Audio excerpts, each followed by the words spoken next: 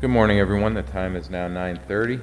I will call the regular meeting of the Millcreek Township Board of Supervisors to order. Please stand for the Pledge of Allegiance to the flag. I pledge allegiance to the flag of the United States of America and to the republic for which it stands, one nation, under God, indivisible, with liberty and justice for all. This meeting is being televised live online via the following web address: Millcreek OEM Facebook. The public will be able to participate in the public comment portions of the meeting by phoning in to 833-1111, extension 380. If the line is busy, please try again. The Board of Supervisors will keep the comment period open until it receives no further phone calls. This meeting is being recorded by WQLN and is broadcast on Spectrum Channel 1024 and YouTube.com with closed captioning available. Next, we'll take public comment on agenda items other than development or rezoning applications.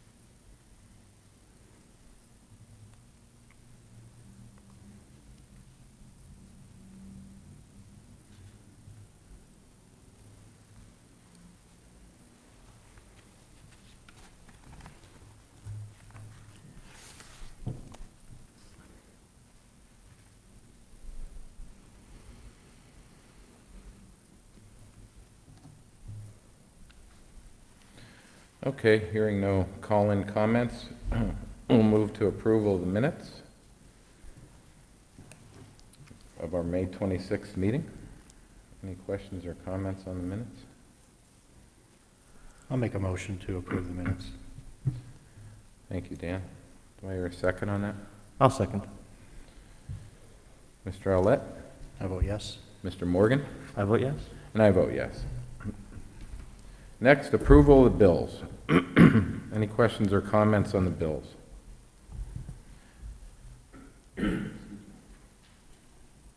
I'll make a motion to approve. Okay. Is there a second? John's looking. I'll second. Thank you. Mr. Owlett? I vote yes. Mr. Morgan? I vote yes. And I also vote yes. Number 6 on our agenda today is bids and quotes. First up is the 2020 COG gas and diesel fuel joint purchasing bid announcement. Mr. Walding? No? No, that I've got that. Oh, you've got that? I Yeah. was told Matt had that. Okay. Mark? Okay, the Erie Area COG Council of Governments put the gasoline and diesel fuel out to bid for a 3-year contract. The current contract expires June 30th of this year, so this would cover the period July 1, 2020 through June 30th, 2023. What's in the packet is all the bids, and it's kind of confusing, so I'll boil it down to just our information. There were 3 bidders for the fuel purchases: Petroleum Traders, Melzer's Fuel Service, and Hearted Oil. All prices are quoted as plus or minus the May 21st, 2020 Oil Price Information Service, OPIS, report for Warren, PA, United Refining, gross wholesale rack average. For unleaded 87 octane gasoline, for Petroleum Traders for 2020 and 2021 was plus 0.0601, and 2022 is plus 0.0651. Melzer's Fuel Service for all 3 years was minus 0.025, and Harnett Oil was plus .0295 for all 3 years. For the off-road ultra-low sulfur diesel fuel, for Petroleum Traders was no bid for all 3 years. Melzer's Fuel Service was a plus .05 for all 3 years, and Harnett Oil was a plus .075 for all 3 years. For the on-road ultra-low sulfur diesel fuel delivered to the township building, Petroleum Traders for summer 2020 was plus .045, and winter was plus .065. That was the same for 2021, and then for 2022, it was plus .05 and plus .07 for the winter. Petroleum Traders was no increase or decrease for summer, and a plus .015 for the winter. That was the same for 2021 and 2022. And then Harnett Oil was a plus .036 for the summer for all 3 years, and a plus .066 for the winter for all 3 years. That was for deliveries to the township building. For East Streets, Petroleum Traders was a no bid for all 3 years. Petroleum Traders, or Melzer's Fuel Service, was a plus .05 for summer for all 3 years, and a plus .065 for all 3 years for the winter.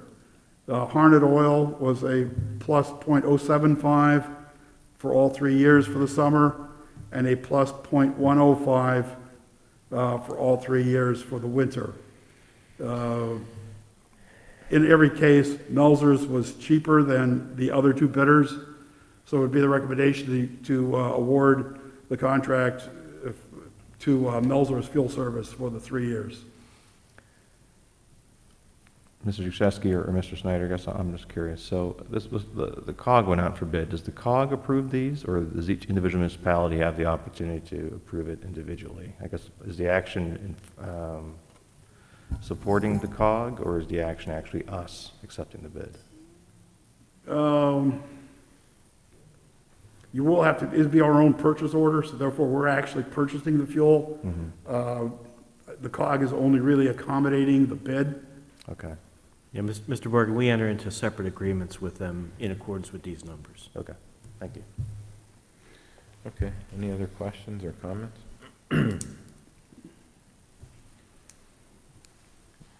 Do I hear a motion to approve the COG joint purchasing bid with Meltzer's? Melzer's, yes, Melzer's is the cheapest across the board. I'll make that motion. And I will second. Mr. Morgan, your vote? I vote yes. Mr. Allett, your vote? I vote yes. And I vote yes. Next up is a message board software, planning and development. Matthew Walden. Thank you. Good morning.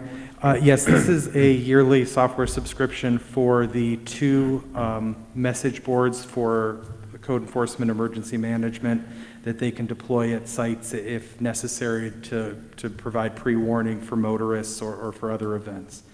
As I mentioned, this is an annual subscription rate. It's $950 for each of the 2 signs, for a total of $1,900 to All Traffic Solutions. Okay. So this is, the existing signboards are here. This is just the software associated with them. Yes, this allows them to program the signs and then also to review them remotely and change the message on them as need be without actually having to physically visit the sign to do so. Okay. Any questions or comments? Assuming this was a budget expense, Matt? Yes, this is out of the, I believe, the emergency management budget, yes. Okay. I'll make a motion to approve. I'll second. Mr. Allett, your vote? I vote yes. Mr. Morgan, your vote? I vote yes. And I also vote yes. Shoreline Pump Station bid results and award. Matt? Thank you. Yeah, at 2 p.m. on May 21st, 2020, sealed bids were opened for construction of the Shoreline Pump Station project. We received 5 bids from the following bidders: Shivers Construction Company Incorporated, a bid of $155,000. Consul Construction Incorporated, a bid of $174,000. McClellan Construction Incorporated, a bid of $175,000. William T. Spader Company Incorporated, a bid of $197,800. And Citadel Services Incorporated, a bid of $267,000. So it is the recommendation of David Wright, the Sanitary Sewer Technical Manager, that the contract for this Shoreline Pump Station project be awarded to Shivers Construction Company for the low bid amount of $155,000. This is a budgeted expense in the sewer revenue account.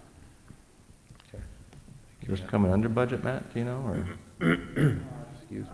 I'm not aware. Yeah.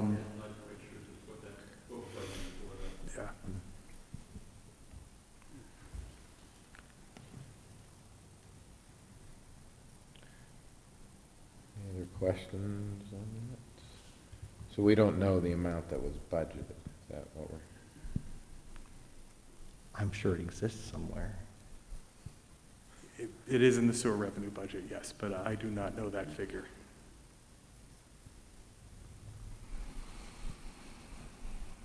Okay. Well, I guess I would make the motion to approve contingent on it being within budget, I suppose. I'll second. Makes sense to me. Mr. Alette, I for vote vote? yes. Mr. Morgan? I vote yes. And I vote yes as well. Mr. Chairman, just Yes. a comment. I think it would be, as far as our agenda requests, which I think are generally appropriate, probably given direction to the directors to include in the request the budget amount, the actual cost and the difference. It would make it easier for Mr. Duchesky to process I agree. capital budget amendments as well. So I'll put a directive out this afternoon to folks for future meetings to include that in their requests, if that makes sense to you guys. It does. Yes, it does. Okay. Okay, moving on to the Wolf Station Force Main Replacement Project change order. Matt? Yes, thank you. On April 21st of this year, we awarded a contract to Raybell Surveying and Engineering in the amount of $53,500 to perform engineering services to replace the force main that services the Wolf Road Station. While they were in the process of performing that engineering work, it was discovered that an area that the pipe traverses is potentially some previously unknown wetlands. A change to the original contract scope is required to perform a wetlands delineation of the area, and this work will be done using the hourly per diem rates that were agreed to in the initial contract with Raybell. So it is the recommendation of David Wright, the Sanitary Sewer Technical Manager, that the contract with Raybell Surveying and Engineering for the Wolf Station Force Main Replacement Project be amended to add a wetlands delineation at an additional not to exceed price of $5,200. This project is also being paid for out of the sewer revenue fund. Okay. Any questions?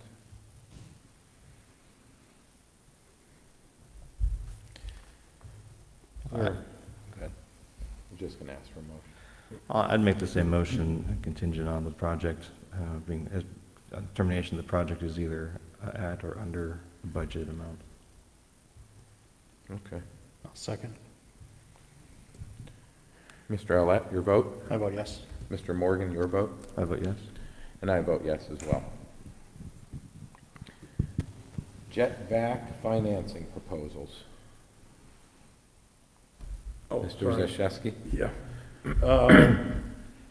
Bids were opened on May 29th at 3:30 in the afternoon relative to quote or bid, request for proposal for financing for the streets jetterback. We received 2 bids, one from First National Bank and one from Erie Bank. Both were for the requested amount of $440,000. Erie Bank's interest rate was 1.84%, and First National Bank's was 1.62%. Based on it, all the other aspects of the bids were relatively the same. So based on the interest rate differential, I would recommend that we would finance the streets jetterback with First National Bank for a rate of 1.62%. And we'll have to get the process rolling because it gets to go through DCED, and it's going to be advertised and everything relative to the Local Debt Act. Okay, the term is up to 60 months?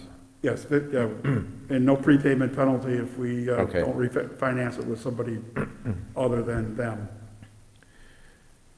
Okay, so we could satisfy that earlier than Yes. the 60 months? No prepayment penalty for either one. Okay. And Mr. Bach, I think the thought process behind it was, historically, we haven't taken out, debt to finance these larger items, but it was more of a cash flow item rather than as a method of, instead of dropping $500,000 in one budget year. Mark thought with these low interest rates, it'd be more of a cash flow just to make sure we always have some cash on hand for emergencies rather than dipping into Right. fund balance all in one lump sum, which I thought was kind of an appropriate thing. And I think these interest rates are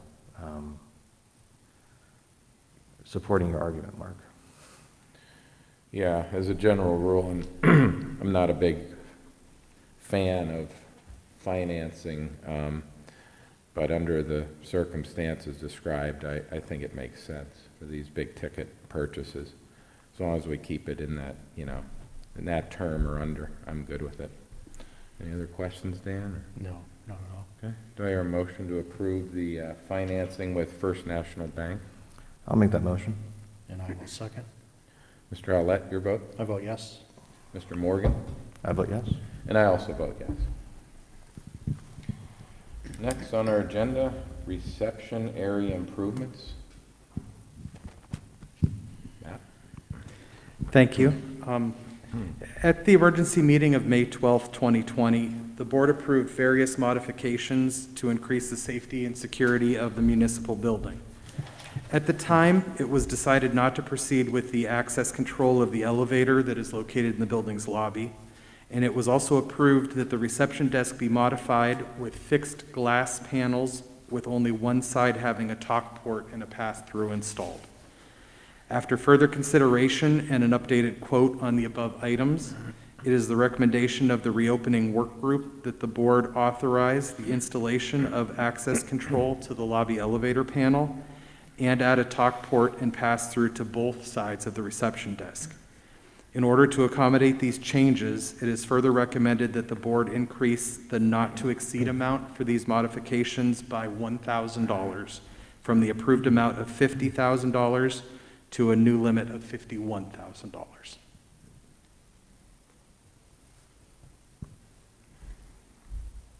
Okay, so for this request, we're merely approving the $1,000 increase? And approving the access control on the elevator. That was specifically deleted at the emergency meeting, so that would have to be authorized to proceed. Okay.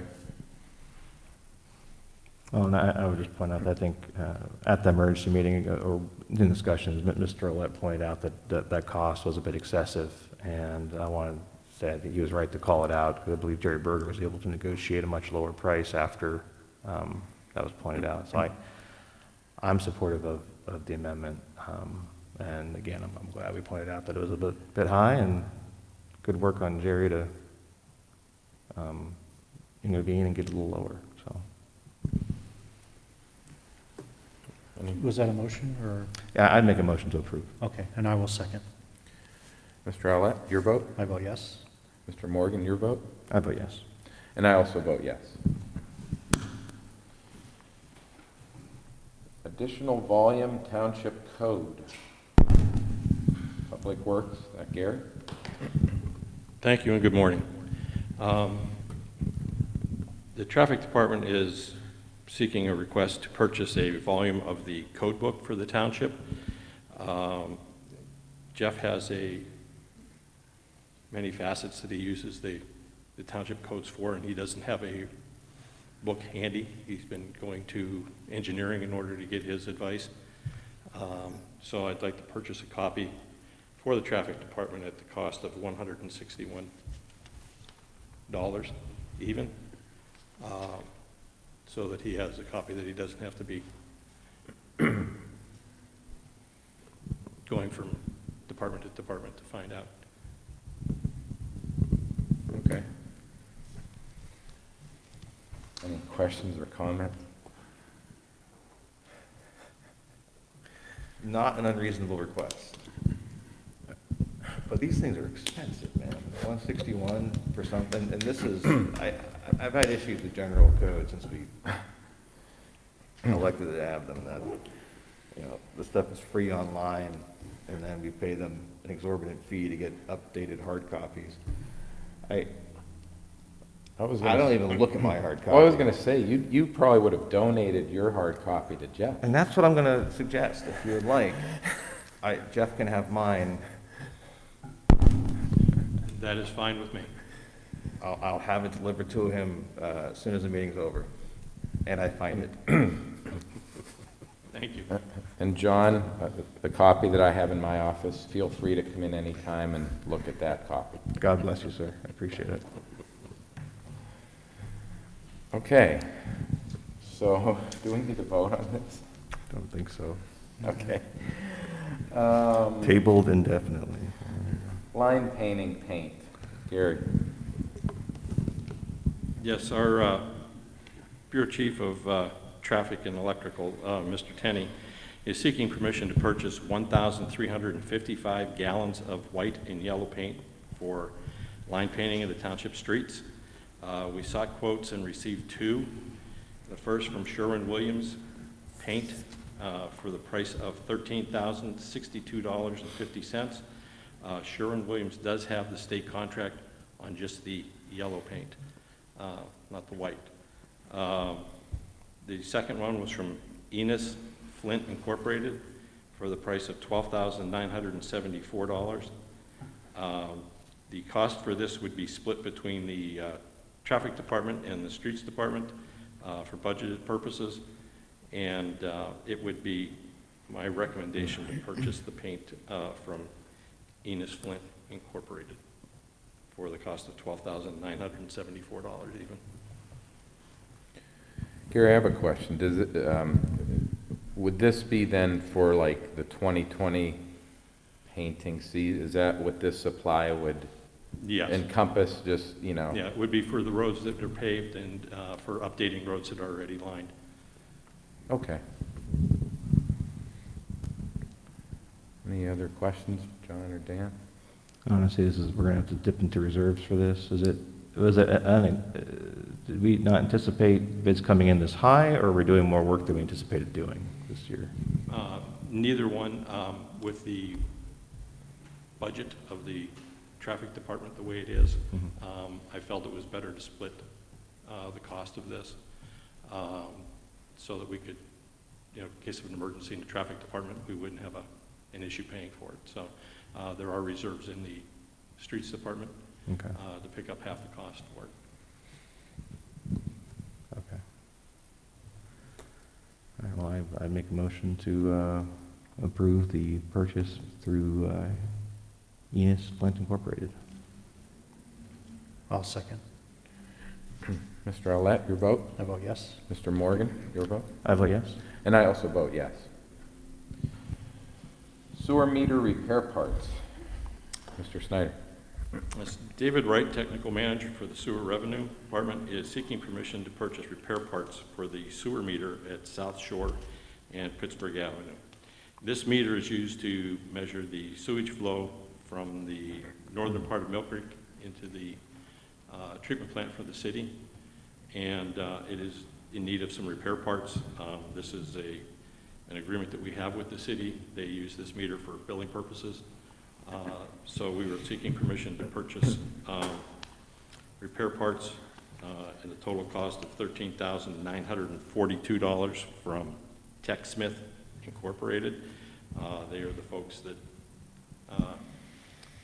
the meter, that's the type of meter that's there. So we have to purchase the parts from them.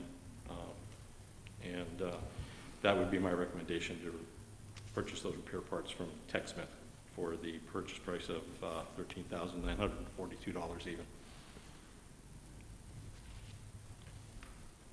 Thank you, Gary.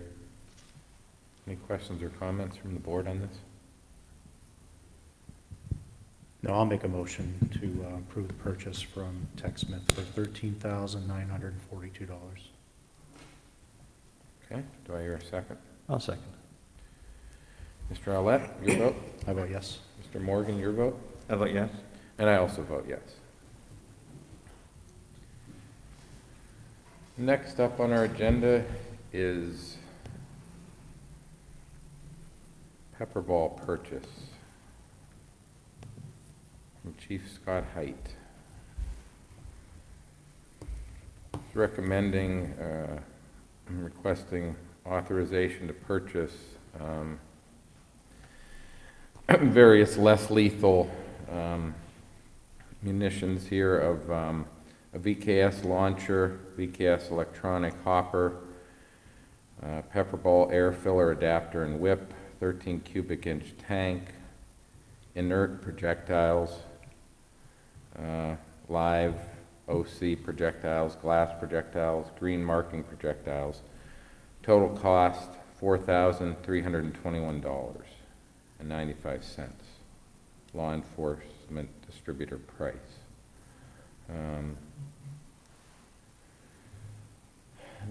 These purchases have come to light just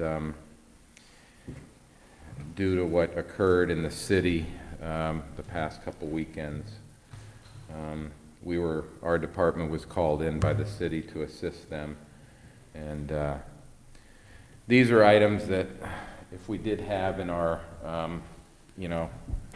on hand before, they were very limited in use and were pretty much utilized for training purposes, etc. The current intel that's out there, according to the chief and Chief Spazzarni from the city, is that some of these incidents could likely rise up again in the coming weeks. That's, I think, the theory behind these requests, just so our department is prepared for not only incidents that would occur within the township here, but certainly at the request of the city police or any other neighboring departments that might need our assistance with SWAT call-outs, etc. So that's kind of the reasoning behind this recent request here. Do you gentlemen have any questions about these particular requests? I do not, no. Okay. I have a few comments, Mr. Chairman. If you give me a little bit of latitude, I'd appreciate it. I have been troubled lately over the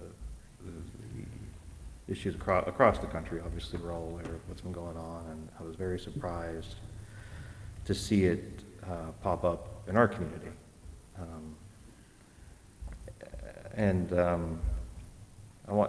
I think you guys know, my father was a city of Erie police officer for 22 years, so I don't come at this from some ultra, progressive millennial perspective. And my father was an exceptional officer and came under scrutiny on some instances as well. So my family has felt what happens when police get investigated for their actions. And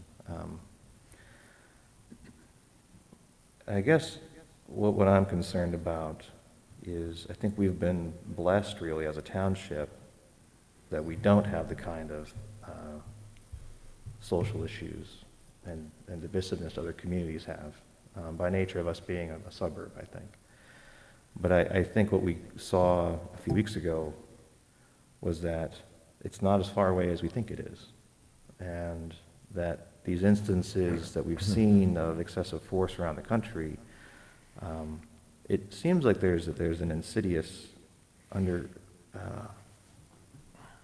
undertone that I think a lot of municipalities and police forces maybe don't think could ever affect them. And I think when we saw last week, I think everyone's seen the video of what appears to be excessive use of force by a city police officer. And with our officers engaged in these activities, it's only by the grace of God it wasn't a Millcreek officer doing that, which could easily result in seeing those protests outside of our building.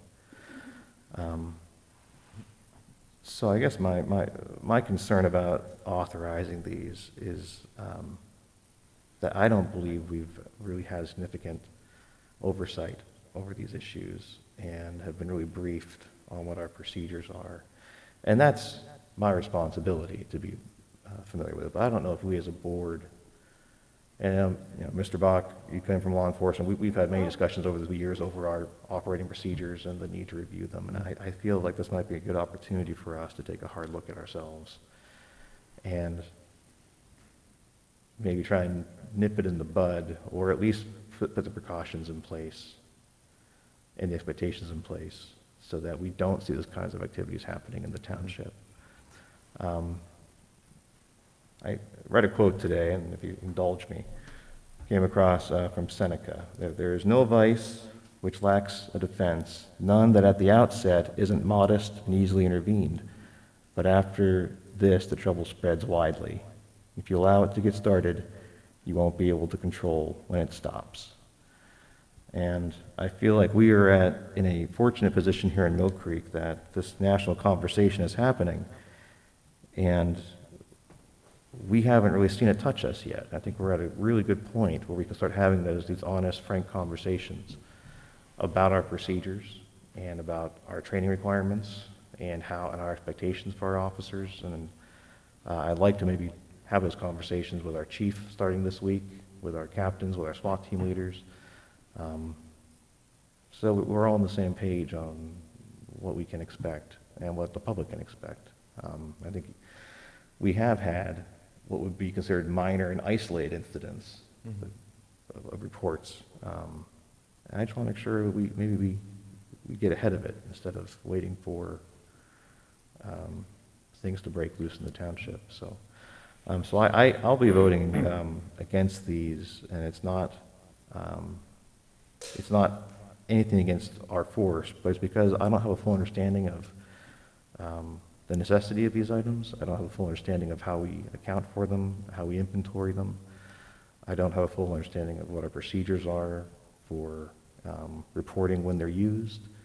And I'd like to have a better understanding before I approve the purchases. So just so you gentlemen know where I'm coming from and what I'd like to maybe have further discussions on as a board.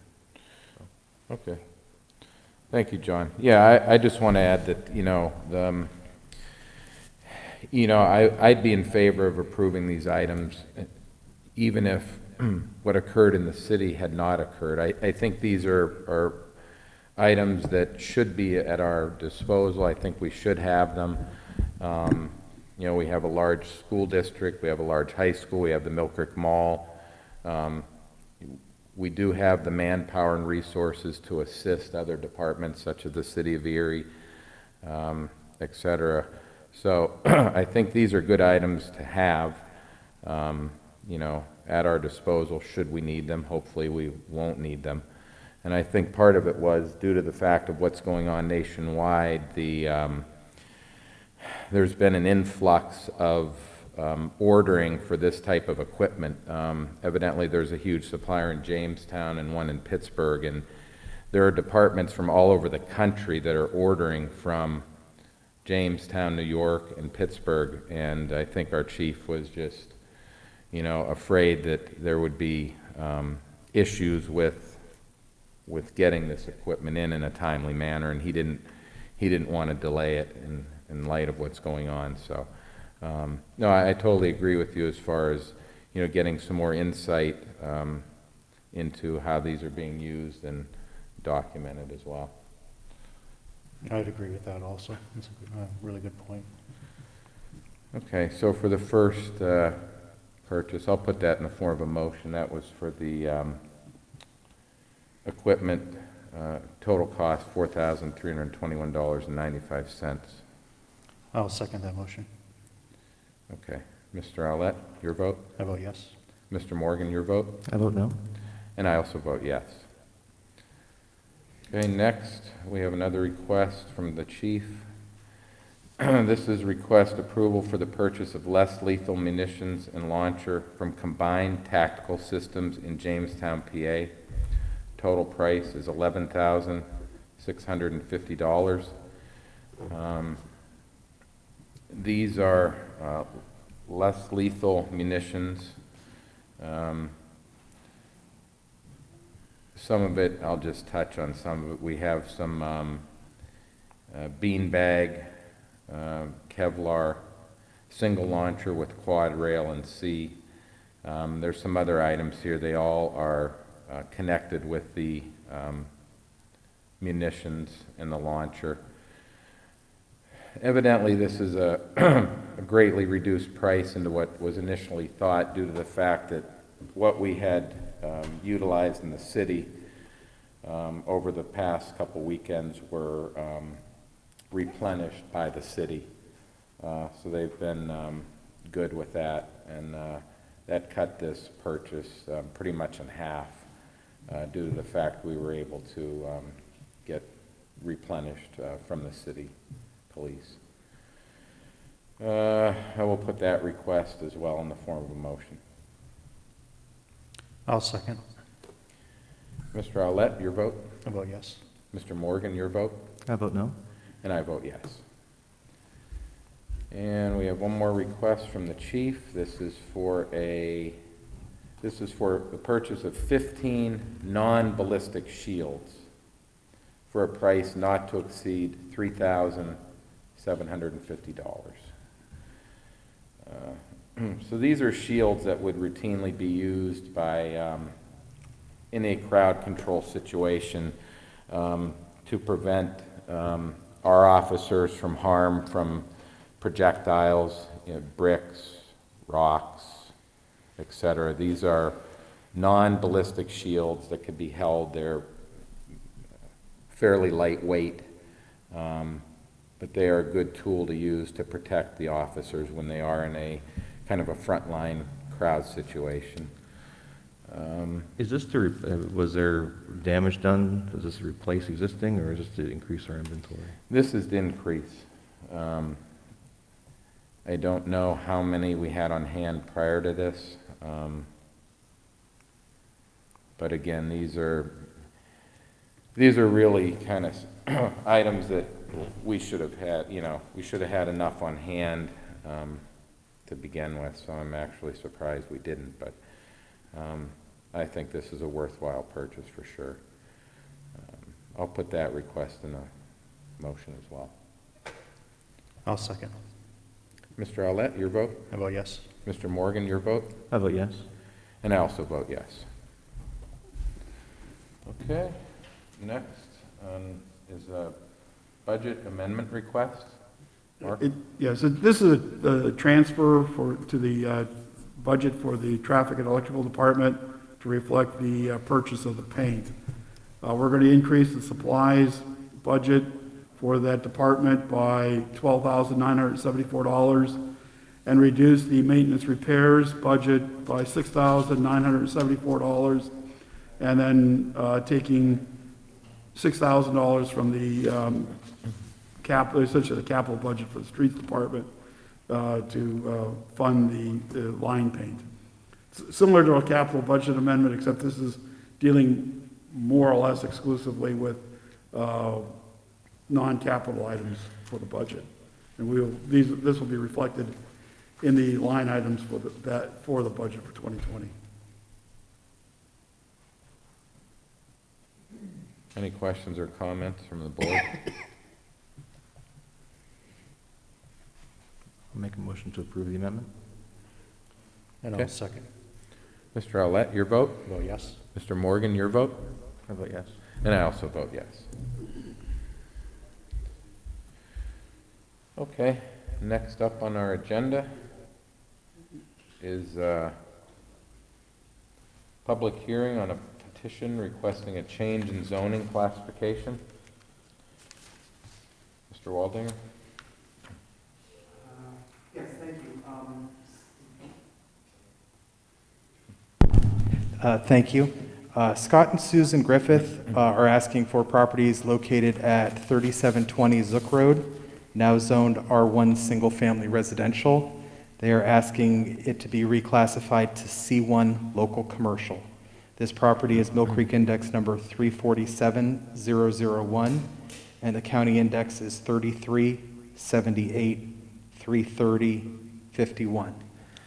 And I will tell the board that at their regular meeting of May 5th, 2020, the Millcreek Township Planning Commission recommended approval of this rezoning. I do have the petitioner and a representative on the line now, if I could transfer them up to the dais for the board to talk to. Yes, certainly.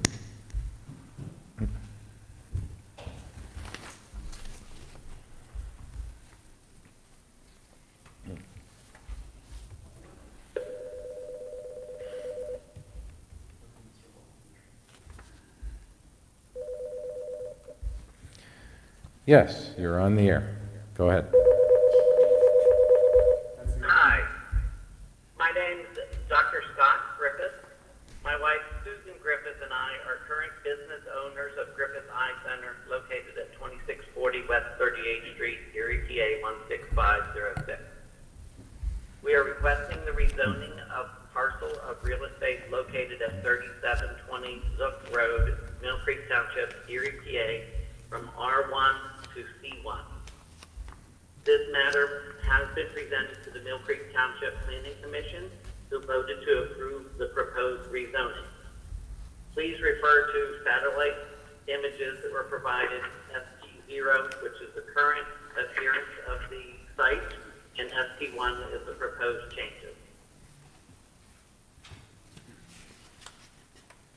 Okay, thank you, Mr. Griffith, for that.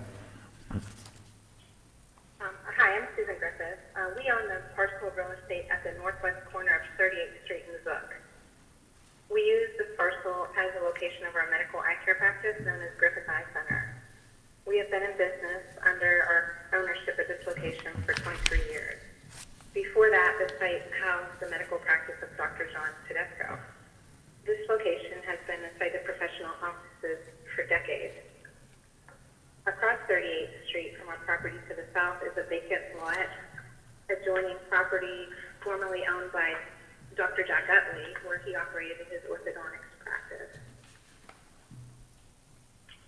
Located across the 38th Street in Zook is the Masonic Temple building, which is located on the southeast corner of West 38th and Zook. Across Zook from our property is the western perimeter of Brentwood Hills subdivision, comprised of houses and residential lots. Adjacent to and immediately to the north of our property is the subject lot. Our property is zoned C1, local commercial, and the subject lot is zoned R1, residential, as well as the lot to the north of the subject property along the road.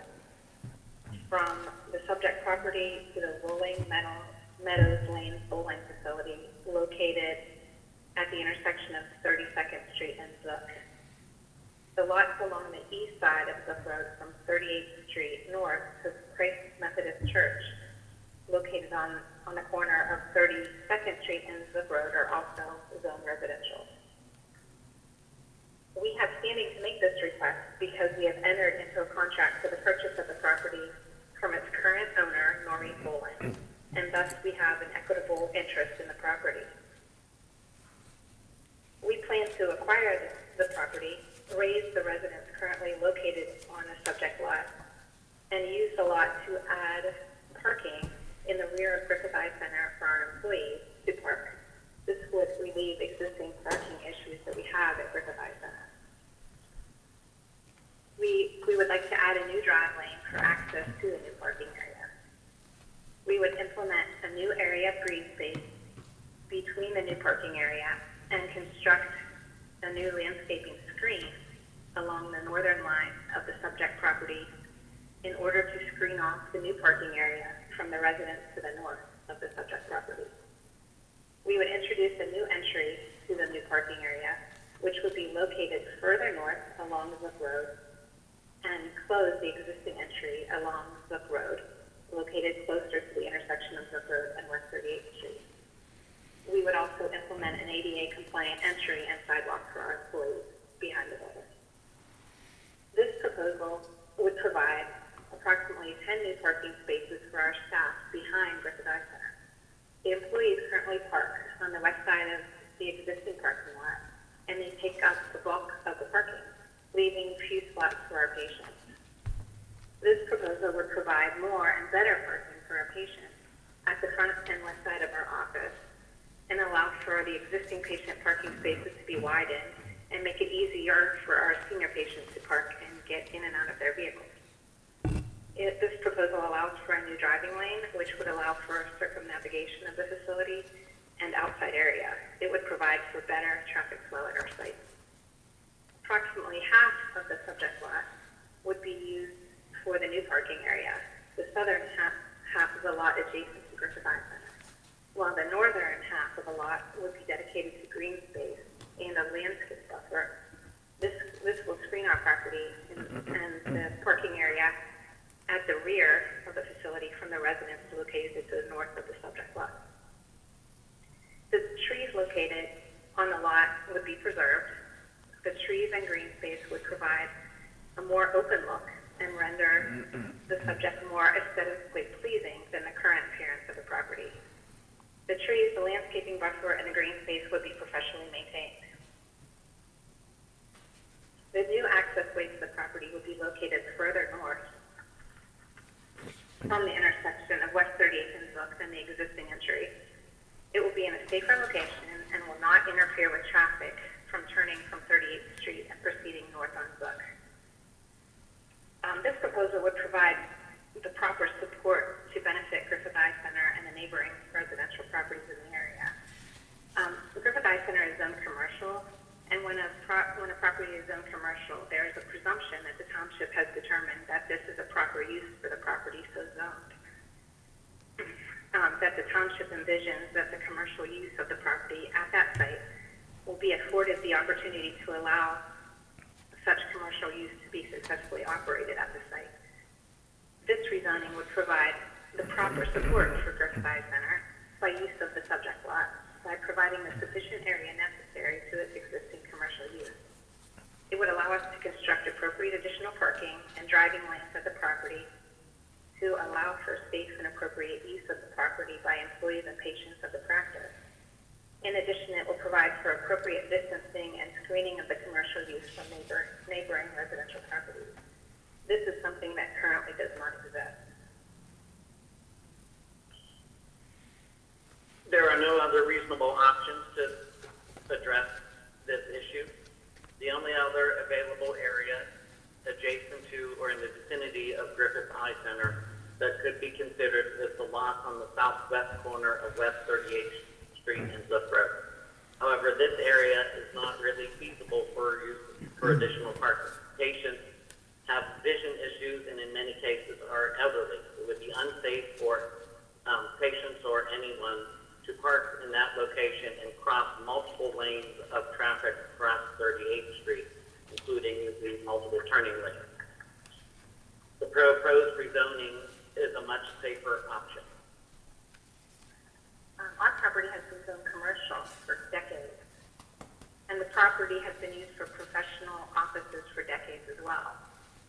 The use of the property has had little or no impact on the residences adjacent to or in the vicinity. There will be no increase in traffic, as we don't anticipate an increase in the number of patients and staff that we currently have. We have discussed the proposed rezoning with the neighbors to the north of the subject lot. They have indicated that Griffith Eye Center has been a good neighbor and that they have had no issues with the business operated Griffith Eye Center. The neighbors did indicate two main reasons for their objections to the proposed rezoning. They don't want businesses in their neighborhood, and they don't want a parking lot encroaching on their neighborhood. However, there already is a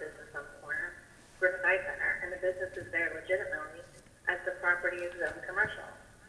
This zoning approval would not bring new businesses into the neighborhood, as Griffith Eye Center is already there and part of the neighborhood. With regard to the parking lot argument, the proposed change would extend the parking lot behind Griffith Eye Center and would only cover about half of the surface lot at issue. The remaining half of the surface area of the lot, the area closest to the residences, will be used for green space and a landscape buffer to shield the neighbors from any adverse effects resulting from the proposed change. It is suggested that this would actually be more aesthetically pleasing than the current appearance of the area. If permitted to proceed, we would follow all applicable township regulations regarding such development and would take the necessary measures to ensure that any additional runoff resulting from paving or blacktopping a portion of the subject lot would be properly drained from the site and would not impact the residents to the north. It is our understanding that Millcreek Township has indicated that in the future, this area would be considered to be transitional, mixed use, and that the proposed rezoning would end up being consistent with anticipated zoning changes in the area. That is our presentation, and we would like to thank you for your time and consideration of this proposal. Thank you very much. Okay, we have another caller on the other line. Okay, that's the architect. Sir, would you like to give your name, please, and address? Jeff Holt with Engineering. My address is 3705 East 38th Street in Erie, PA. Okay, thank you. Go ahead.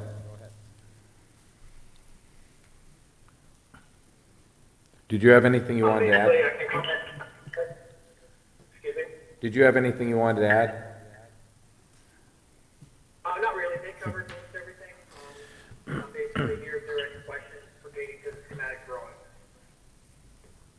Okay. Does the board have any questions about the schematic drawing or anything else for the architect? I don't, Mr. Chairman.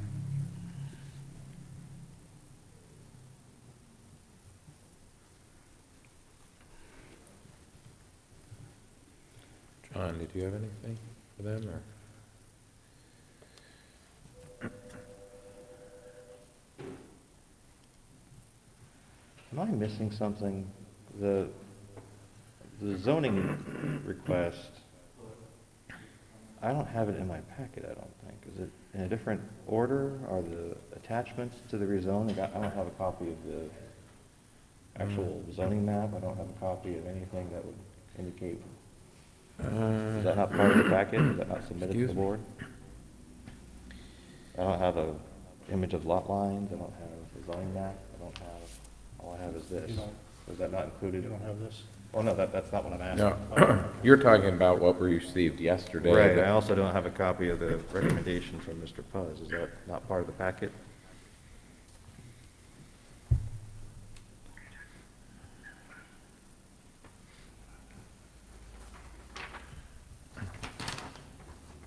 I printed that off,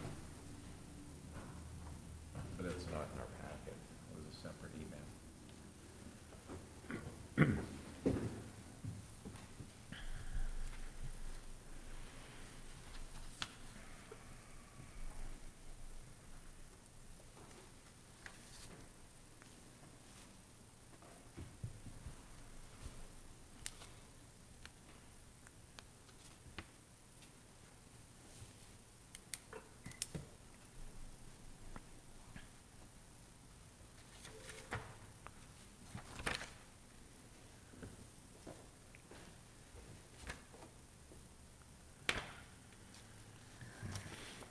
Well, I don't have any questions for you. Okay. Okay, we're going to open up the line then for calls, so Mr. and Mrs. Griffith, if you want to stay on your line, we'll hang up the other line and entertain calls. Thank you.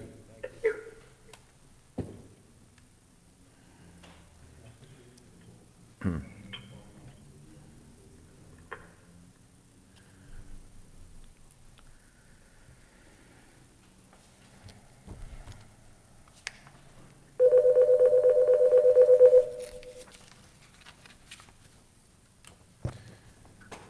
you're on the line with the Board of Supervisors. Could you state your name and address, please? Cheryl Adams, 3714 Brook Road. Okay, thank you. Go ahead with your comment. Okay, I did send all three of you an email requesting you to turn down the zoning or to not pass the rezoning of the property just to the south of me. I guess my main concern is the fact that just like when Dr. Tedesco was rezoning the corner 30 plus years ago, his comments were, I'm only going to open an office at the edge of the house, and we're not going to do this, and we're not going to do that. But once it's zoned C1, you can do whatever C1 allows you to do. So although we're hearing that there's going to be a parking lot next door, we're going to tear down a beautiful house that people will live in, and it could become a CVS down the road. Just because we're saying once it's C1, that doesn't prevent it from being more than just a parking lot. And I don't think anywhere in the comprehensive plan does it say that we're going to commercialize more property in Millcreek. I think we have so many empty, we've got Kmart Plaza's empty. We've got that plaza across from Champion Ford that has empty places. There's so many empty buildings already that I can't see tearing down a residential home in order to make what we're hearing is a parking lot, but will be C1 commercial property and can become whatever falls in underneath that. So I'm asking you to vote no on the rezoning. Okay. Thank you very much for your comment. Thank you. Thank you.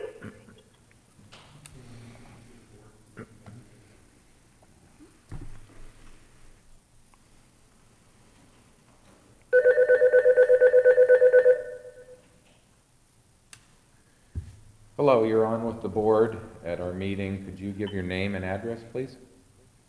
Yes, my name is Kim Clear, and my address is 4855 Asbury Road. Okay. Thank you, Mrs. Clear. Go ahead with your comment.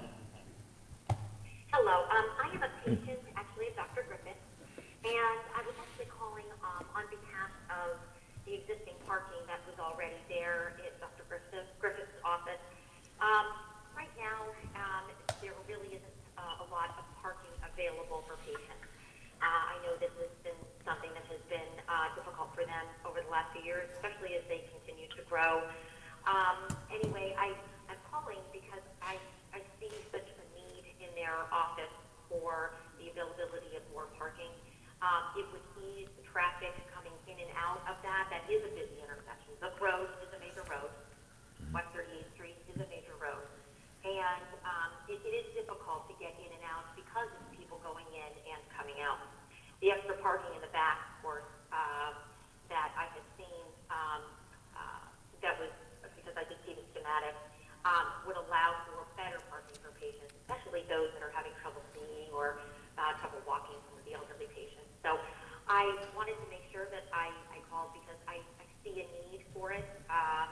And the green space that would be created behind, I think, would just add to the profitability of the land itself. But for me as a patient, yes, I would like to see a better parking accommodation for all the patients. So anyway, thank you very much.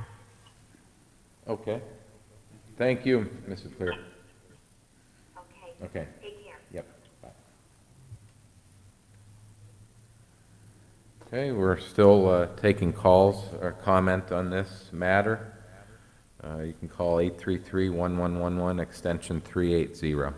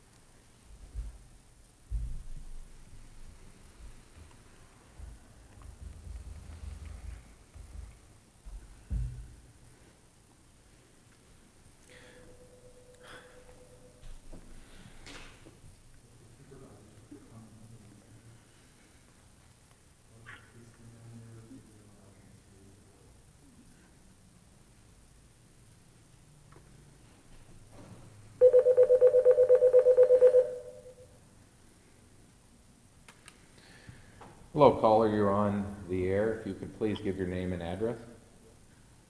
My name is Alice Niebauer, 1526 High Street, 16509.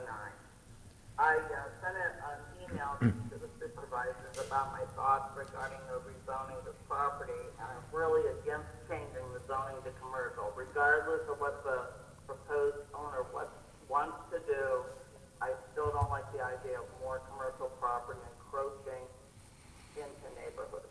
Whether we think it's a neighborhood or not, the people that live there feel it's a neighborhood. And I just don't think we need to expand more commercial property. That traffic in and out on Silk Road is a nightmare because they're crossing traffic that has cars all the time, and I don't think adding more parking is going to help. I think it's going to make it worse. And I don't know how the driveway situation, I don't know if that's a state road or not, how that all enters into that, but I just don't think I can support more commercial property when we've looked at this through the comprehensive plan. I feel that right now it should stay the way it is. So I'd rather see it used as a home where a family can move in and children can come and go to school, and we get the school taxes from them. So that's all I have to say. Okay. Thank you. Thank you. Mr. Chairman, I have a question maybe for Mr. Shaw as kind of a point of order. We do have limited public access because of these meetings being closed to the public. We did receive several emails. Is there a way for us to enter those into the public record? Can we read them out loud to get them entered into the record? I think you have the flexibility to, adopt them into the record as part of the basis of your decision at the end of the day. At the end of the day, the decision of the board is a legislative decision in terms of whether to change the zoning of this location. Effectively, it's not an appealable action. They would have, their resort would be to then seek a variance before the zoning hearing board if this board would deny this rezoning change. Okay. So I think based on that, obviously, I think you have more flexibility because there's really no ultimate appeal process. Okay. On that, I just want to note, Ms. Niebauer and Ms. Adams on the line mentioned they sent us emails. We also, at least I did, receive an email from a Jeffrey LeMay requesting us to vote no, and a Mike Eisert requesting a no vote. So just,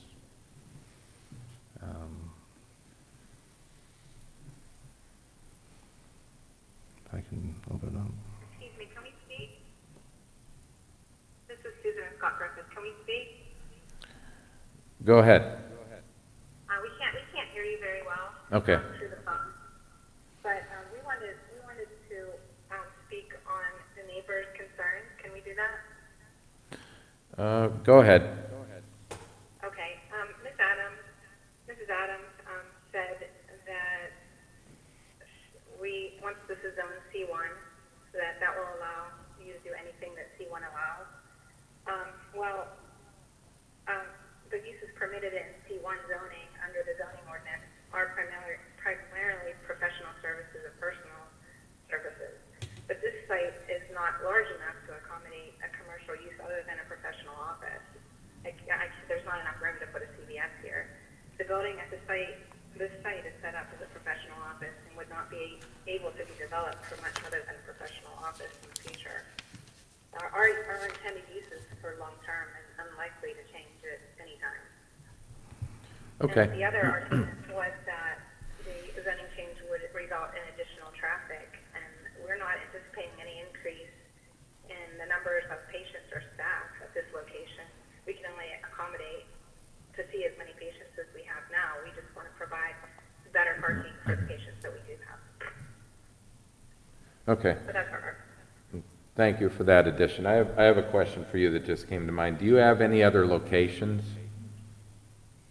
for your business, or is this your sole location?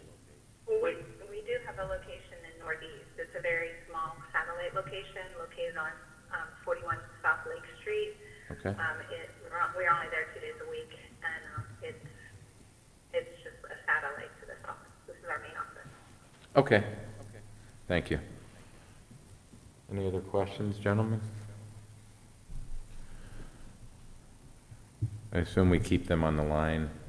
Or once we close the public hearing, then we can just have discussions and vote, and then let them know after the fact, just like the land development projects. Okay, but they should be on the line for the vote. You don't have to be. Don't have to be. Okay. Okay, Dr. Griffith and Mrs. Griffith, do you have any further questions or comments? No, I don't think so. Okay, we appreciate your time. Well, thank you very much. Okay, thank you. Bye.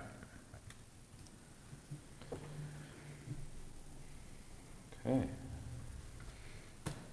Any further comments or discussion on this? Or? Well, the caller, Ms. Adams, I think makes a fair case that what you see in rezoning, and what we've seen in Millcreek over the years, is a developer will come in and request a rezoning in good faith, will indicate how conducive it will be to the neighborhood, and then will sell that property, and the next developer will bulldoze it and build a structure that we've seen it. I was on the planning commission for several years before getting elected. I've worked in planning my whole career, and I can tell you that's how things creep. Is you say, well, it's not going to be that bad, and then inevitably the highest and best use that's permitted in that district will be developed. So I think for us as a board, the appropriate thing would be to deliberate this not, is a parking lot acceptable? Is turning this entire area commercial and the potential development that could happen therein acceptable? Mr. Waldinger and I worked hand in hand in the comp plan very closely. Ms. Adams is correct. The comprehensive plan does not recommend increasing commercial districts. It focuses on preserving neighborhoods. It focuses on preserving housing. I think this would work counter to the comprehensive plan. The applicant states that they don't anticipate an increase in traffic. They don't anticipate an increase in customers. They don't anticipate an increase in numbers of employees. So I don't see the need for us to authorize tearing down a viable residential structure for a parking lot. I don't think that's an appropriate action for us. What they've presented as an aerial, I can see the logic behind it, but the challenge is, if this were a variance request to the zoning hearing board, the zoning hearing board could say, we'll let you do this and this alone. There is nothing that this board can do that can dictate that the only thing that happens is the house gets torn down, 2 beautiful trees remain, and a small parking lot is constructed with a beautiful green lawn. Only the zoning hearing board could dictate that, not us. So that's my concern with the rezoning request. I do have a question for Mr. Waldinger. In terms of our buffer area when a commercial district is adjacent to a residential district, what is the buffer area, the setback that's required total? From C1 to residential, there's a 20-foot buffer and planting strip that's required. Okay, so the 20-foot buffer strip, and then what's the setback for an actual structure to be constructed on it? It depends on where the line is. This would technically be considered the rear yard, so it would be a 40-foot rear yard setback. It depends if it would be a side line or a rear line. Is it 20 feet plus the 40, or is it 40 and that 20 is within the 40? No, it's 40 feet from the property line, and then the 20 feet is also from the property line. They don't stack. Is it from the property line or from the zoning line? Oh, well, you're correct. The buffer would be from the zoning line, which they're requesting would be the property line in this case.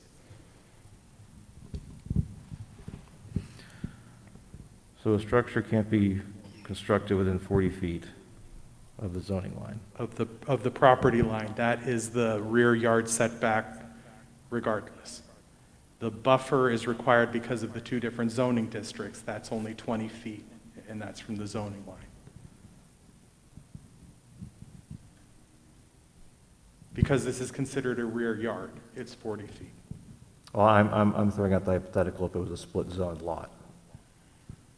You're still 40 feet from the property line, no matter what, and then there may be additional from the zoning line depending on where it's at.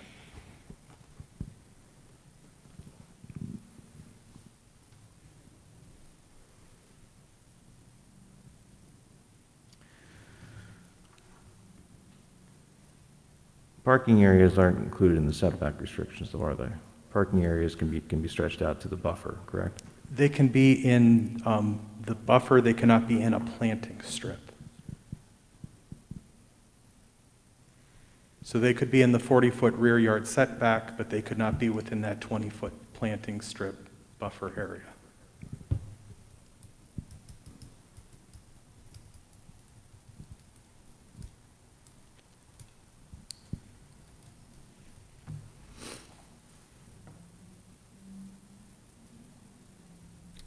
Hey, Matt. Come here a second.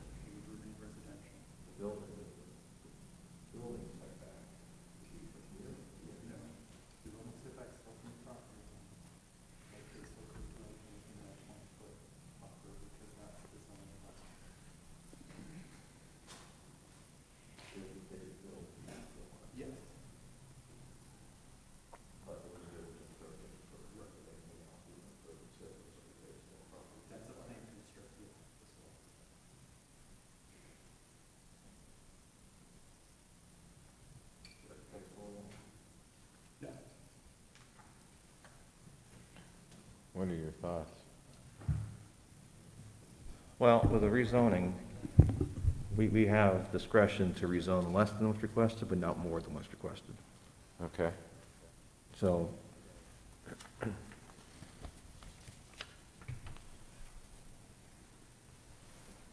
I'm advocating denying the request, but if you gentlemen are inclined to allow the parking, what I would suggest is actually split zoning the lot. It's a matter of determining where this line is. So if the intention is to only ever put a parking lot there, the only way we can ensure that that parking lot is constructed and protect the rest of the, further encroachment of future buildings and whatnot would be to split zone the lot about 20 feet further than where they are proposing their parking. So if you split zone the lot that way, then that holds them to, they could build their parking lot, and then in the future, if they decide they want to expand their building wouldn't be able to go past where the parking lot line is, which I think would kind of preserve the intention of that green space. It's not ideal, but it's an option for a compromise that would. Does that hold water to you, Mr. Waldinger? Yes, that would be an option.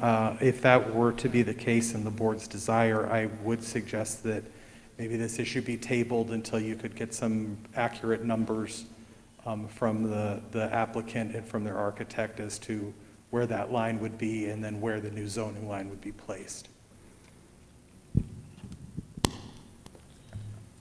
Okay, and also there's also an option for, instead of a rezoning, just a variance, correct? Yes, if the property stayed that residential zoning and they wish to build a parking lot there, they could seek a variance from the zoning hearing board. When the zoning hearing board grants a variance, it's for a very specific use, so the applicant would have to define exactly what they wanted to do. If it was granted by the board, it would be for them only to do that. And if that use ceased, then nothing else could be done there. It wouldn't change the zoning. It would still stay residential. They would just be permitted to park in that portion. Right, so should they fulfill exercise their purchase on the contract, if they would seek a variance, it would still stay R1. That's correct. But the same result the same outcome as what John just described with the split zoning. Potentially, they would have to prove a Potentially. hardship in order to get the board, the zoning hearing board, to grant them the variance. I would say that our zoning hearing board, I would say, is a very pragmatic board and would likely grant this variance. The difference between the two options would be if it was a variance, the only thing that can go in that lot would be the parking lot. If we do the split zoning concept, potentially a structure could be built along that same line with this same buffer strip having to stick. So there's the opportunity for further development, but that further development would be much further back than if we had rezoned the whole thing. And it's not very likely that someone would, well, I shouldn't say unlikely. Those are the two options. I would say that if the board were to grant the split zoning, it's not a best practice, but I think it would accomplish what the applicant's looking for and put protections for the neighborhood. If we were to deny it and have them go through the zoning hearing board, that's going to push back their timeline probably a month and a half, Matt? I'm just trying to think. They would not be able to be on the June meeting. They would have to be on the July meeting. So a month. Yeah, it would be at the end of July. Yeah, it pushed their plans back quite a bit. And it would cost them, what, $1,000 to go for a zoning variance? $800 for a commercial. $800, which isn't exorbitant, but it's a fee. Zoning hearing board would likely grant it, but there'd be a very firm, this is all you're going to do here. So those are kind of the two, or we just say no. And it doesn't seem like there's a need here. It seems this is more of it's up for the market opportunity, which makes sense. But In order for them to seek a variance, do they need a denial today, or that has no? well, if we granted it, they would need a variance. But it's not necessary, I don't think. Yeah, I mean, arguably, if you split it, they could still try to seek a variance for the whole thing. The other difference that would exist between the two processes would be, obviously, when it's before the zoning hearing board, that decision could be appealed. Okay, if we would table this request today, would they be able to then file a new request for the split zoning? Now, if we table it, it's completely administrative on our end. We would table it just to give us an opportunity to figure out where that line should be. That would give them enough space just enough space to accommodate the parking. And theoretically, we could do that in the next 15 minutes if you wanted to just recess for a minute, but. And then you could take it up at the next meeting, which would still be within the time frame you have to make a decision on this issue.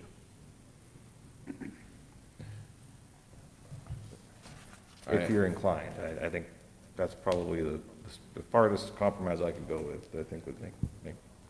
I don't have any objection to tabling this until our next meeting to review some possible options.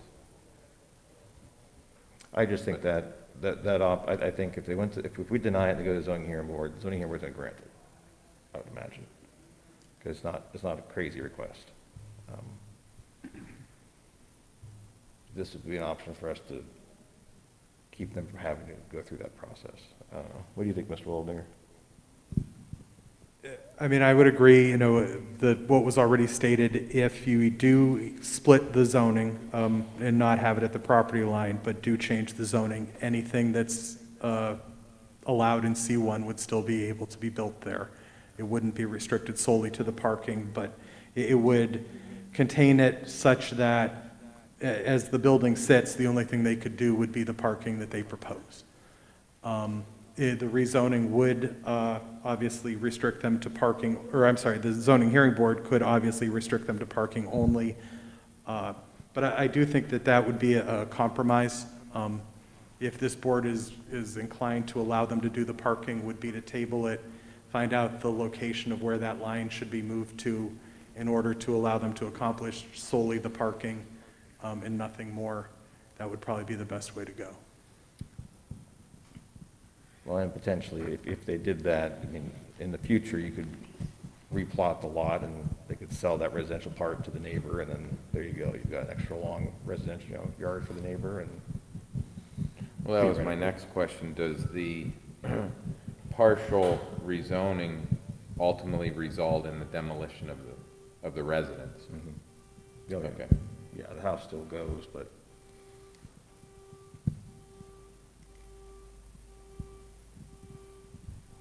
I know something. So I just wanted to give you guys an option if you were inclined to do that. I'd be comfortable denying it today. I'd be comfortable tabling it to discuss a compromise alternative, but. Okay. Well, I guess our next step is to ask for a motion on this request, correct?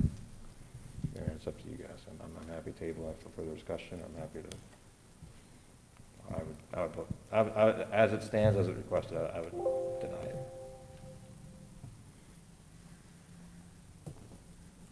I'm okay actually with voting on it today. Okay. Well, then, I'll make a motion to deny the request. Okay. Do I hear a second on that motion to deny this request? I'll second. Mr. Arlett, your vote? I vote yes on the denial. Mr. Morgan, your vote? I vote yes. And I also vote yes. Okay, next up. I believe we're on number 9. Okay. Is it Wednesday yet? Non-substantial amendment to a land development plan from Chick-Fil-A. Matt? Yes, thank you. The developer of the proposed Chick-fil-A in Yorktown Center is proposing to amend their land development plan in order to widen the drive-through lane entrance and make it double wide.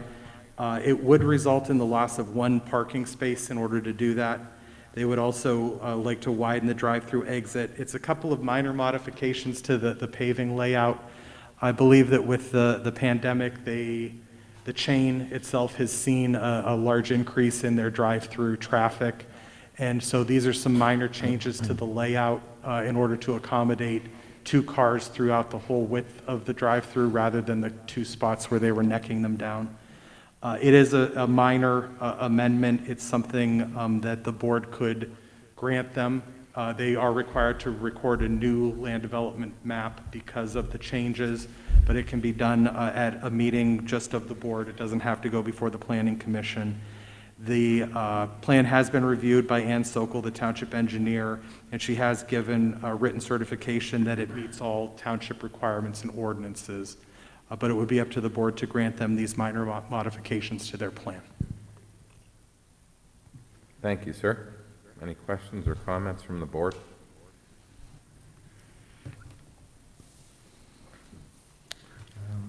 If Mr. Waldinger is comfortable with the amendment, then I'll make a motion to approve. Okay, do I hear a second? I'll second. Mr. Arlett, your vote? I vote yes. Mr. Morgan, your vote? I vote yes. And I vote yes as well. Exclusion from land development plan, Dunkin' Donuts, DS Architecture LLC developer. Matt? Yes, thank you. We did receive a request from DS Architecture LLC as the applicant. They're doing interior remodel and the addition of a 357 square foot walk-in cooler in order to construct a Dunkin' Donuts franchise. This would be on Peach Street at the North Mall entrance at Millcreek Square. It was the former bank that's right along Peach Street, the Northwest Savings Bank. They'd like to convert that into a Dunkin' Donuts. Obviously, the drive-through would then become Dunkin' Donuts drive-through. There is a very minor addition of 345 square feet for the walk-in cooler. They are removing existing pavement in order to create a planting area out front, so it's a net decrease in stormwater. Again, with this request for exclusion, the township engineer, Ann Sokol, has given written certification that it does meet all of the township's regulations, and it's recommended that the board approve this exclusion so that they can proceed with their project. Thank you, sir. Matt, I guess my question is, don't we want to record what the new development plan for that property is? Well, we would have it on the building permit. Yeah, there was no original land development plan for that plaza. And so typically one of these amendments would be added to that old plan, but since there's none, they're able to ask for an exclusion because it's such a small area. Is it an exclusion from going through the full process or exclusion from actually submitting a site plan to you? Well, they are still required to meet all township processes, stormwater, so it'll be on record with the stormwater file as well as the building permit file. Okay. I guess I'm always hesitant to approve these things, so. Exclusions. Okay. Okay. Is there a motion to approve this exclusion? I'll make a motion. Is there a second? I'll second. Come on, it's a Only donut. because I trust Mr. Waldinger and. And there's nothing wrong with more donut stores. What was your former profession again? With that, I'll call for a vote. Mr. Owlett? I vote yes. Mr. Morgan? I vote yes. And I vote yes. Okay, number 11. Resolution 2020 R36, a resolution pursuant to Resolution 2015 R20 and the Municipal Records Manual to approve proposed disposition of certain township records. This is a request from Chris Filson from our IT department at the Millcreek Police Department, request for deletion of dash cam videos encompassing the period of June 10th, 2020 through June 23rd of 2020. This is an action we take normally at every meeting for this. Do I hear a motion to approve this resolution 2020 R36? I will make a motion to approve Resolution 2020 R36. And I will second. Mr. Owlett, how do you vote? I vote yes. Mr. Morgan, your vote? I vote yes. And I also vote yes. Next up, Resolution 2020 R37, a resolution amending Resolution 2020 R27 to extend the disaster emergency declaration within Millcreek Township and to adopt and modify various policies and regulations of Millcreek Township regarding COVID-19. Attorney Shaw? Yes, thank you. Under this resolution, the disaster declaration for COVID-19 is extended to essentially match with the governor's current disaster declaration time length. On June 30th, the governor extended the disaster declaration for the state for 90 days. Under this resolution, the disaster declaration is extended to September 8th, which essentially would match, would be the first public meeting of the township after the current time frame for the governor's disaster declaration. Also, as part of this resolution is the amended declaration of disaster that is to be executed and submitted to the county. In addition to the disaster declaration, there are several township policies amended or being adopted in this resolution. First, the policy that had been in place that canceled all reservations at any township facility by private parties. Specifically, we're talking about the pavilions at various parks and the Asbury Barn that are typically available for rent. The policy canceling reservations at those would terminate when Erie County moves into the green phase. Thus, once the county is in the green phase, those facilities would be available for rental. There will be limitations placed on those rentals as described in the township operations policy, which is also being amended in this resolution. Second, the policy canceling all programming until further notice is to be terminated effective on approval of this resolution. The township will be announcing limited summer programming available to only its residents in the coming days, including summer camp and the reopening of the public pools at Chestnut Hill and Bell Valley. There will be limitations placed on those programs as described in the township operations policy, as I indicated, which is being amended also as part of this resolution. Third, as I've stated, the resolution amends the COVID-19 township operations policy. The policy amendments include provisions covering the reopening and use of township facilities at its parks, including restrooms, pavilions, playground equipment, and various sports courts and fields. Those amendments would take place when Erie County enters the green phase for most of those locations.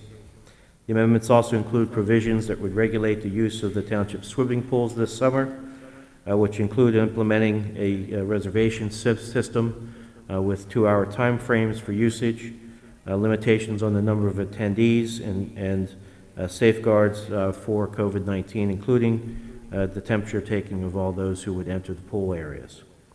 Lastly, the policy includes new provisions to cover how summer camp and other programs will be run at the township.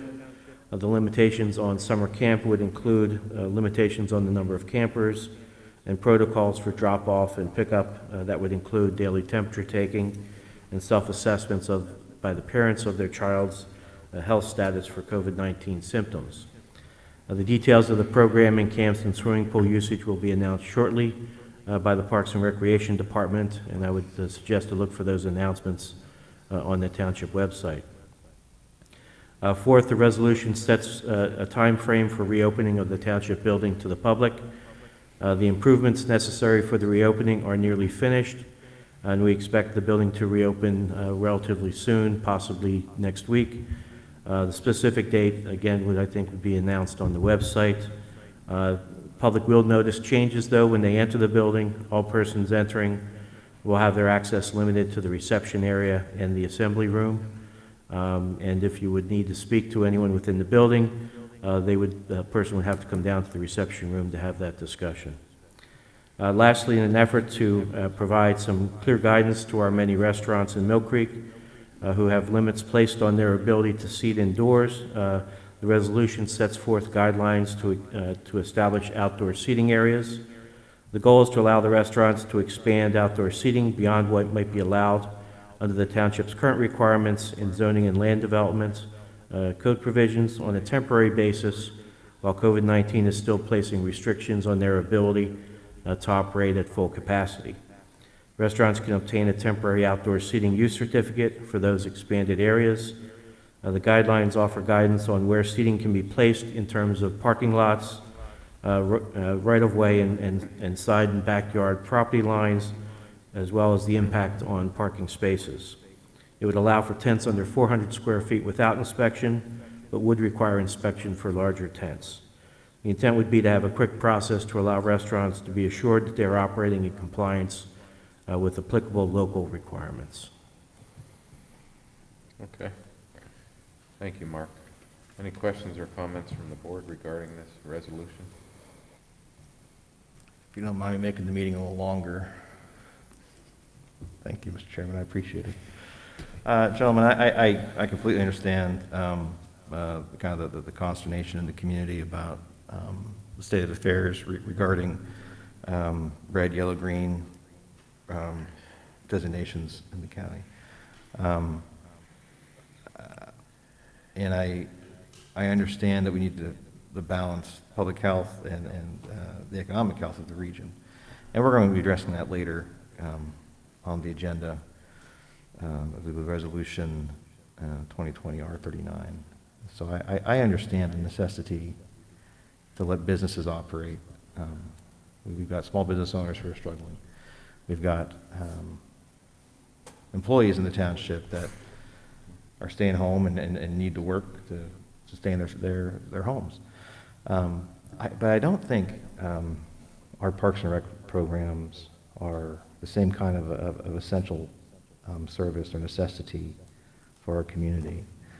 And our Parks and Rec programs aren't staffed by full-timers who need township benefits and wages. They're primarily staffed by college kids and high school kids looking for make a couple extra bucks, and very passionate volunteers who provide their skills for our programs. And I don't believe it's prudent for us to put those kinds of employees at risk working with the public. And I don't think it's prudent for us for the government to sponsor activities that could expose the public to risk. And I think when you look at, when we were in the red phase, for example, we were looking at about 20 cases a week in Erie County. When we were permitted to go into yellow, those 20 cases a week turned into 80 cases a week. That's a 400% increase. So clearly, there are people in our county that are making more, let's say, or less risk-adverse decisions. And I just don't think it's prudent for us for the public sector to provide more options for folks to expose themselves to risk. So that's my concern with opening the Parks and Rec programs, is I just don't feel it's an essential service to the township that's worth the potential risk to public health. But I do want to note that I think Ashley Marsteller and Mr. Shaw, with some input from Mr. Waldinger and Mr. Snyder, I'm sure, have put together, I think, a very detailed and I think appropriate process that I think any private sector entity or nonprofit entity that needs to make payroll or needs to reopen could use it as a guide, because I really do think they put a heck of a lot of effort into this thing to make it as safe as possible. And I do believe it's made as safe as possible. But I don't think it's worth, even as safe as possible, I don't think it's a worthwhile risk for us to expose our staff and our residents to. And I support a lot of items in this resolution, but there's so many different items in it that I'll have to vote no to it in the entirety. But I just wanted to make that statement. Okay, thank you, John. Dan, anything further? No, nothing further. Okay. Is there a motion to approve Resolution 2020 R37? I'll make that motion. Okay, is there a second? Okay, I'll second. I'll call for a vote then. Mr. Owlett? I vote yes. Mr. Morgan? I vote no. And I vote yes. Next, we have Resolution 2020 R38, a resolution to amend the Township Section 125 cafeteria plan to allow changes to annual elections to the health flexible spending arrangements at mid-year as authorized by the IRS, notice 2020-29. Mark? Yes, the CARES Act, that actually stands for the Corona Aid, Relief, and Economic Security Act, allowed of increases in flexibility for certain plans, and the IRS was charged with developing regulations relative to those provisions of the CARES Act. Notice 2020-29 formulates those regulations.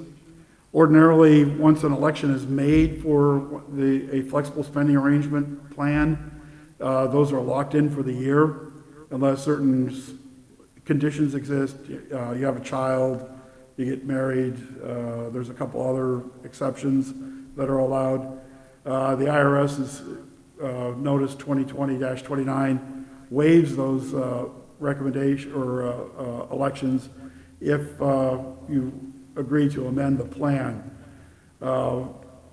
This resolution proposes to amend the plan with the following limitations, that the election amount can't be less than what has previously been dispersed under the plan. Under the provisions of Section 125 plans, the entire amount that's elected for the year is available on the first day of the year. So we have some employees that have drawn from their flexible spending arrangement in excess of their contributions back to the plan. So if they were to choose to change their election, they can't make it for less than what they've already received. If somebody hasn't reached that limit, they could make a change that would be that would lower their amount due. And the election is only for this plan year. It's not something that's going to be an ongoing proposal. It would be my recommendation that also too, it's limited in time. All elections have to be made by the June 30th, and the July 16th payroll is when they would become effective. So my recommendation is that we adopt the plan amendment to allow the changes for 2020 as per the CARES Act and Notice 2020-29. Okay. Thank you, Mark. Any questions or comments from the board regarding this?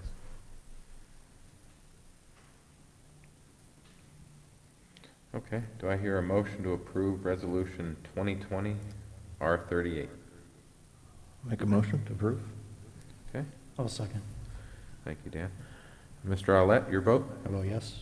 Mr. Morgan? I vote yes. And I also vote yes. Next is Resolution 2020 R39, a resolution seeking the immediate reopening of Erie County, Pennsylvania. Attorney Shaw? Yes, Resolution 2020 R39, the purpose is to encourage the governor to reopen Erie County immediately to the green phase. Similar resolutions have been passed by other municipalities in the county, and a version was circulated around to the various municipalities, and this resolution before you is a modified version of that. I would indicate that the document you have before you, there is a typo that we'll fix before, if you approve it, that we would correct, as well as reference to some of the language with respect to Erie County not moving into the green phase at this point in time. Okay. It's my understanding that, well, as you stated, similar resolutions have been passed by other municipalities in the county? So that's my understanding. Okay. This was circulated by Cato last week. Okay. I think I've seen similar resolutions from McCain and Harbor Creek Township in the past couple weeks. Okay, any questions or comments from the board regarding this resolution? I guess I just now noticed that the actual resolution is now therefore be resolved that this Board of Supervisors in Millcreek Township, Erie County, call upon the Governor of Pennsylvania to grant an immediate, full, and complete opening of all Millcreek Township businesses who wish to do so. I guess my question is the intention of this board that all businesses be open to their full capacity with no restrictions, or is the intention of this board to move Erie County into the green phase, which still has some restrictions? I just noticed that. Is that, I'm not sure what the intention is to say we need to move beyond any restrictions, or is the intention to move on to green phase restrictions in the final resolution? Well, this says grant an immediate, full, and complete opening of all businesses who wish to do so. In my opinion, that would then be up to the particular business as far as what protocol they would follow. This just says for the businesses to be open. Doesn't really specify. Right. Well, that's what I'm wondering. Is this full and complete? I guess is the intention of this for going green, or the intention of this don't restrict businesses to any kind of state compliance to COVID measures? I think in reading the whereas clauses, to me, I guess the intent seemed to be to open, ask the governor to shift Erie County to the green phase, not ignore any and all restrictions, but to the green phase, and we could obviously adjust that language in that last, that provision to reflect that more accurately.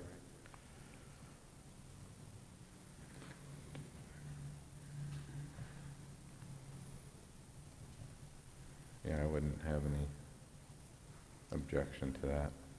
Just to clarify, I just don't want, No, that makes I hate sense. for the resolution to imply that this board doesn't think any measures are necessary, because that's clearly not, at least that's not my intention. No, that makes sense. We can make that adjustment. Okay. Is there a motion to approve Resolution 2020 R39 with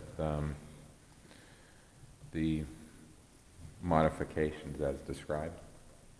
I'll make that motion. I'll second. Okay.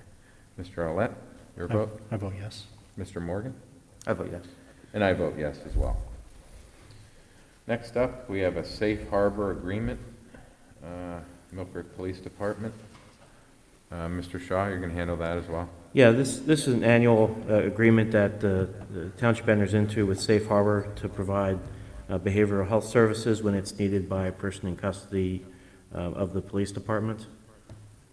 So it's an annual agreement that is entered into to enable the police department to provide those services to folks in their custody. Okay, yep. Any questions or comments on this agreement? Did you have any concerns with it, Mr. Shaw? No, we've reviewed it in the past. I make a motion to approve. Okay. I'll second. Mr. Arlett, your vote? I vote yes. Mr. Morgan? I vote yes. I vote yes as well. Developers Agreement for Sewer Extension, West Ridge Estates, 4902 West Ridge Road. Mr. Waldinger. Thank you. Yes, in front of you is a developer's agreement for a sewer extension to the West Ridge Estates multifamily development on West Ridge Road, just west of Colonial Avenue. This document was signed by the developer, who is West Ridge Estates Realty, LLC. It's a standard document that used to happen between the developer and the sewer authority. Now that we have absorbed the authority, it's between the developer and the township, making them responsible for the sewer extension required for their development, the construction of such, and making sure that it's built and inspected to our specifications. So I would recommend that the board authorize the chairman to sign this agreement with West Ridge Estates Realty, LLC. Okay, thank you, Matt. Any questions or comments from the board regarding this? Is there a motion to approve this agreement with West Ridge Estates? I'll make the motion to approve. I'll second. Mr. Arlett, your vote? I vote yes. Mr. Morgan, your vote? I vote yes. And I also vote yes. Okay, number 17, tax assessment settlements with Erie Commerce LLC and Renata Apartment Holdings. Mr. Shaw? Yes, thank you. There are two settlements to be approved by the board. The first is Erie Commerce for two parcels at 2424 West 23rd Street. This settlement covers the years 2015 through 2020 and sets forth an agreed-upon assessment value for those parcels for that time period. Based upon the agreed-upon assessment values, the township will ultimately need to reimburse Erie Commerce a total amount of $14,183.53. I would recommend approval of this settlement and authorize me to execute the joint stipulation to settle and discontinue. I don't know if you want to vote on these separately. Yeah, we can vote on that now. Is there a motion to approve this tax settlement with Erie Commerce LLC as stated? So moved. I'll second. Mr. Arlett, your vote? I vote yes. Mr. Morgan, your vote? I vote yes. I vote yes. And the second settlement is with Renata Apartment Holdings for two parcels at 1717 Kunz Road. This settlement covers the years 2018 through 2020 and sets forth an agreed-upon assessment value for those parcels for that time period. Based upon the agreed assessment values, Granada will owe the township $17,353.07. I would recommend approval of this settlement and authorize me to execute the joint stipulation to settle and discontinue. Okay, is there a motion to approve this settlement with Granada Apartment Holdings and as stated by Attorney Shaw? So moved. I'll second. Mr. Owlett, your vote? How about yes? Mr. Morgan, your vote? I vote yes. I also vote yes. Okay, next up, Erie Bank collateralization of deposit accounts. Yes. Mr. Z. I was approached by Erie Bank for a change in the collateralization. All public funds are guaranteed by the bank through securities so that in excess of the FDIC insured amount of $250,000. These are U.S. Treasuries that are currently used as collateral for all our monies at Erie Bank that are in excess of $250,000. They are proposing a change to a letter of credit issued by the Federal Home Loan Bank of Pittsburgh. The Federal Loan Home Bank is rated AAA and AA plus by the credit agencies Moody's and Standard & Poor's, and they are allowed by law to use these securities as collateral for public funds. Although they didn't say specifically why they wanted to do this, my guess is it's probably cheaper for them to do the letter of credit than it is to do these Treasury securities. From our perspective, we need the guarantee that the securities that are used for collateral are in fact secure, and the credit ratings of the Federal Home Loan Bank of the Federal Home Loan Bank of Pittsburgh is sufficiently rated, although somewhat less than Treasuries. The Treasuries back the full backing of the U.S. government. This is a little bit step back, in as much as the Federal Loan Home Bank is a corporation of the United States.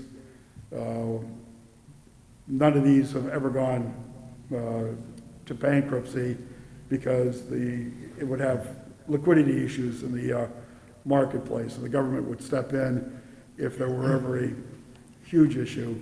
But they aren't exactly the same as the treasuries that are currently being used. It would be my recommendation to allow them to substitute the letters of credit because we are still sufficiently collateralized for our public funds in excess of the $250,000 FDIC limit. Okay, thank you, Mark. Any questions or comments from the board on this? Okay, is there a motion to approve this change to the collateralization with Erie Bank? I'll make the motion to approve. I'll second. Mr. Owlett, your vote? I vote yes. Mr. Morgan, your vote? I vote yes. I also vote yes. Next up, communications, treasurer communications. Mark, anything further? Nothing further. Okay, we have some hiring requests. First one is a new hire in sewer maintenance. Gary, did you want to cover that one, or? Okay, sir. Okay, we have a request from Diane Lyons. Daniel R. Wiggenbach, sewer maintenance labor, $20.20 per hour. Start date of June 15th, 2020. Daniel comes to us with laboring and driving experience from Direct Sat USA, Swift Transportation and Longscape. He has a Class A CDL license. Oh, as long as his name's Dan. Seems like an appropriate replacement. does. Is this your replacement? It's one replacement. How many does it take to replace? Is Mr. Snyder? Several, okay. We'll leave it at that. Okay. I'd make a motion to approve the hire. Okay. I'll second. Okay. Mr. Owlett, your vote? I vote yes. Mr. Morgan, your vote? I vote yes. I also vote yes. Okay, next up, request from Diane Lyons is a sewer maintenance.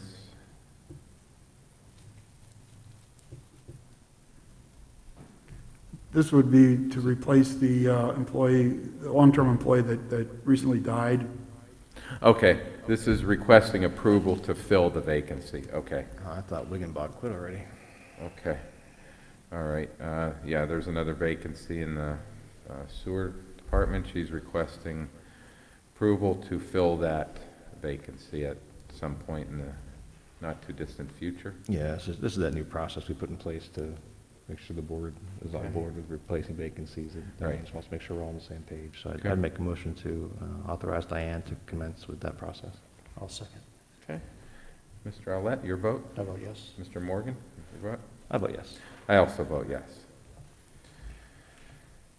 All right, we have a request from Ashley Marsteller, our Director of Parks and Recreation, summer season employee approval. The listed employees are recommended for hire for the 2020 summer season in positions to help fulfill our summer programming needs. Let's see here. Okay, we have numerous employees at the Bell Valley and Chestnut Hill pools. Children's programs, we have a tennis supervisor, day camp employees. These are seasonal hires, typically this time of year. It's done. Looks like the rate of pay is anywhere from $8.45 an hour up to $13 an hour for the aquatic directors in that position. I'll make a motion for approval. Okay, is there a second to that? Okay, I will second that. Mr. Owlett, your vote? I vote yes. Mr. Morgan? Just to be consistent, with my position, I don't believe we should open the summer rec program. I'm going to vote no. Okay, and I will vote yes. Okay, I think that's it for the hiring request. Our executive sessions were held May 28th and June 8th of this year, discussing various township business. Attorney Shaw, any further comments? Nothing on my end, thank you. Communications, okay. All right, next up is citizens to be heard. We will open the phone lines to any citizens that would like to be heard.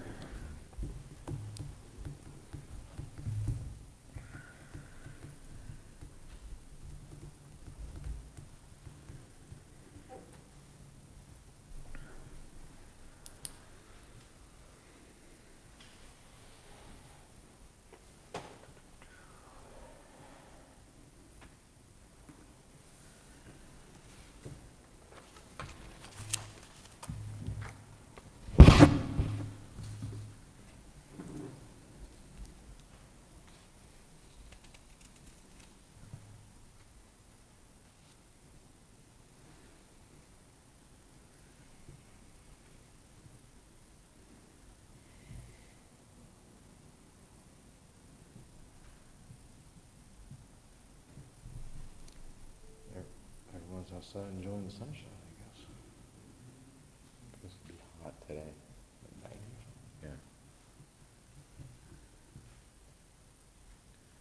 Okay.